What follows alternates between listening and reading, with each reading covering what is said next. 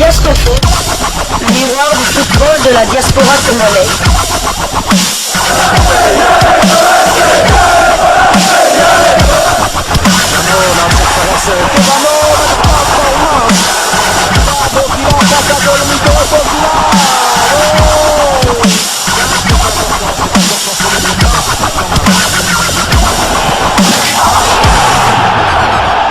Diascofoot, le miroir du football de la diaspora congolaise. Vous êtes sur Diascofoot, le miroir du football de la diaspora congolaise. Diascofoot vous dit bonjour, tout le plaisir est pour nous de vous retrouver, mais surtout de savoir que vous êtes nombreux en train de suivre votre chaîne YouTube dédiée uniquement aux footballeurs de la diaspora congolaise. C'est l'heure de partager avec vous un tour d'horizon concernant certains de nos internationaux ou des binationaux qui se sont illustrés dans leurs clubs respectifs. Nous allons débuter le numéro d'aujourd'hui par la Première Ligue, championnat anglais de première division, où l'on jouait la 29e journée. Et Aston Villa qui se déplaçait sur le terrain de Leicester l'a battu sur le score d'un but contre 2. Le joueur d'origine congolaise Ezri Konsa était titularisé pour ce match. Il a d'ailleurs disputé l'intégralité de cette rencontre, et cela pour sa 11e fois consécutive. Aston Villa est 7e de première ligue après 13 victoires, 5 nuls et 11 défaites. 39 buts inscrits contre 40 encaissés. Quant à Ezri Konsa, il a porté à 2575 minutes son temps de jeu sur les 2880 possibles. Il a donc participé à 29 des 32 matchs de son équipe. Prochain rendez-vous pour Aston Villa et Ezri Konsa, ce sera pour le compte de la 30e journée et la réception de Nottingham Forest. Ce match est prévu pour le samedi prochain, 8 avril 2023, sous le coup de 15h heure de Kinshasa. Nous quittons l'Angleterre. Nous allons du côté de la Suisse où l'international congolais Elia Meshak a été buteur et son club Young Boys va tout droit en finale. Demi-finale de la Coupe de Suisse, les Young Boys de Berne remportent le choc face au FC Bâle 2 buts contre 4 et valident ainsi leur ticket pour la finale de la Coupe de Suisse. Buteur à la 68e minute, l'international congolais Elia Meshak aura l'occasion de remporter un nouveau trophée avec sa formation si ils arrivent à battre leur adversaire en finale. Elia Meshak, c'est 4 buts en 5 matchs consécutifs. Il a été titularisé pour cette rencontre et il en a d'ailleurs disputé l'intégralité. Elia Meshak a profité de ces minutes pour porter à 1879 minutes son temps de jeu sur les 3430 possibles. Il a donc participé à 30 des 37 matchs Il a donc eu à participer à 30 des 37 matchs de son équipe avec à la clé 11 buts inscrits et 3 passes décisives délivrées. Prochain rendez-vous pour Young Boys de Berne et Elia Meshak en Super League, championnat suisse de première division. Ce sera pour le compte de la 28e journée et la réception de Grasshoppers. Ce match est prévu pour le lundi 10 avril 2023 sous le coup de 15h30 heure de Kinshasa. Nous quittons la Suisse pour aller du côté de la France. La France en Ligue 2, championnat français de deuxième division, où l'international congolais Vital Ntimba et les Girondins de Bordeaux, deuxième de Ligue 2. Sous pression après la victoire de Metz, les Girondins de Bordeaux reprennent la deuxième place en l'emportant sur le terrain de Guingamp sur le score de 0 but contre 1. L'international congolais titulaire a disputé par ailleurs l'intégralité de cette rencontre. Signalons également les titularisations de Tristan Mouyumba et Maxime Sivis du côté de Guingamp. Et Vital Ntimba qui a eu à franchir d'ailleurs un nouveau cap symbolique. Il a eu à atteindre 200 matchs, délivrer 24 passes. Il figure dans le top 10 des meilleurs passeurs en activité de la Ligue 2. C'est une très très bonne chose pour lui. Vital Ntimba qui n'a pas eu à avoir la moindre minute en termes de temps de jeu lors de la double confrontation. Sébastien Desabre ayant fait confiance au latéral gauche de Besiktas, Arthur Maswaku. Nous quittons la la France et sa Ligue 2 pour aller du côté de l'Espagne en Liga 2, championnat espagnol de deuxième division, où l'on jouait la 33e journée. Las Palmas se déplaçait du côté de l'Alba ACT. La battue sur le score d'un but contre 2. Omenu Kemfulu, l'international congolais, avait été titularisé du côté de Las Palmas. Il a par ailleurs disputé l'intégralité de ce match. Las Palmas, après cette belle victoire à l'extérieur, occupe la deuxième position au classement de la Liga 2 avec 16 victoires, 14 nuls et 4 défaites.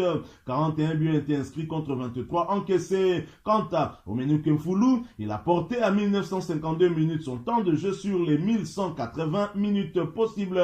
Il a donc participé à 27 des 35 matchs de son club. Prochain rendez-vous pour lui et Las Palmas, ce sera pour le compte de la 34e journée de la Liga 2 et la réception de Real Oviedo. Ce match est prévu pour le dimanche 9 avril 2023 sous le coup de 20h heure de Kinshasa. Nous quittons l'Espagne et nous allons du côté de la Turquie où l'on jouait à 29e journée du championnat turc de deuxième division où Altay, qui recevait Sakaryaspor, l'a battu sur le score de 3-1. L'international congolais Kabongo Kasongo, titulaire, a disputé l'intégralité de cette rencontre. C'était sa deuxième titularisation consécutive. Sakaryaspor, au terme de ce revers, occupe la 4e position au classement avec 17 victoires, 1 nul et 11 défaites.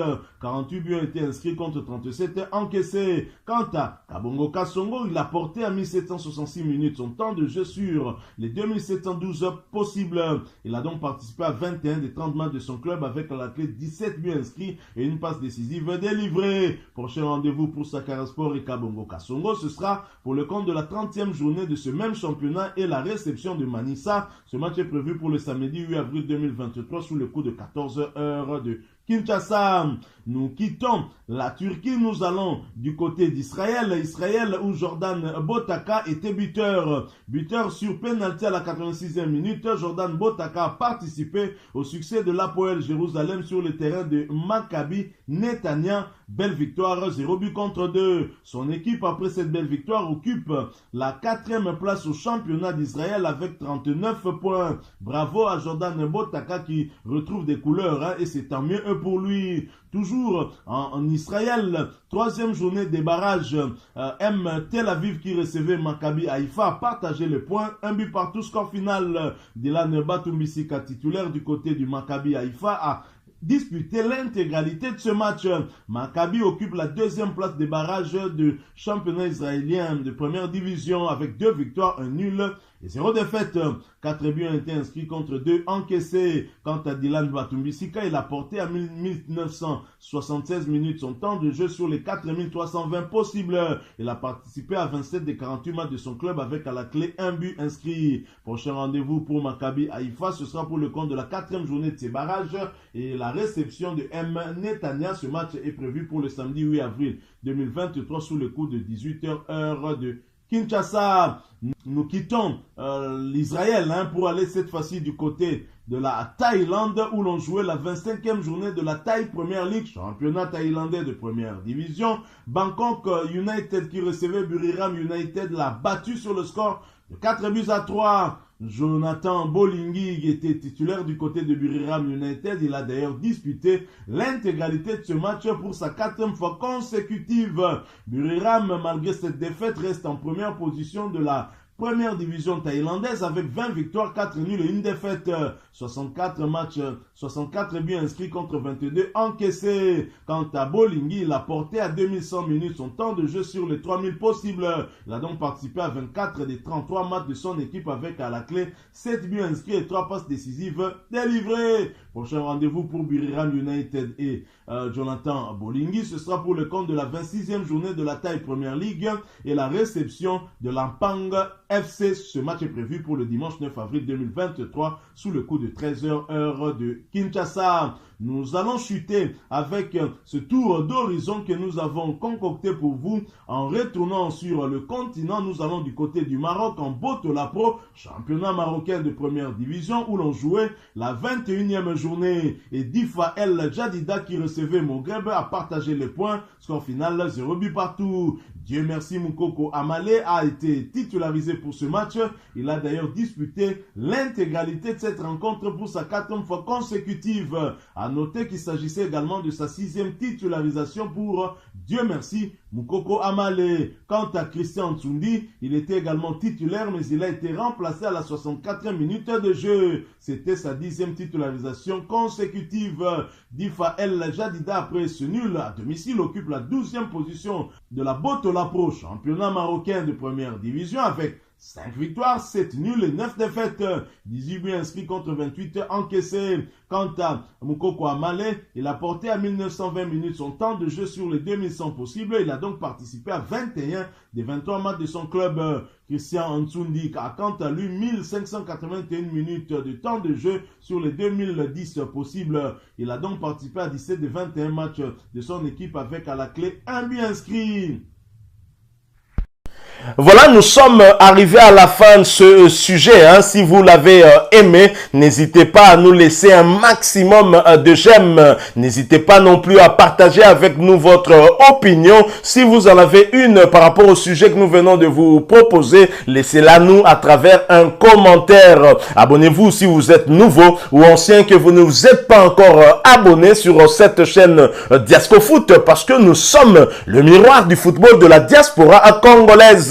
Et n'oubliez pas qu'en vous abonnant apparaîtra une petite cloche de notification. Cliquez dessus pour ne plus rien manquer des prochaines vidéos que nous allons vous proposer. Encore une fois, merci à vous, avec espoir de vous retrouver très bientôt avec un autre sujet d'actualité. En attendant, portez-vous bien et Diasco Foot vous dit au revoir.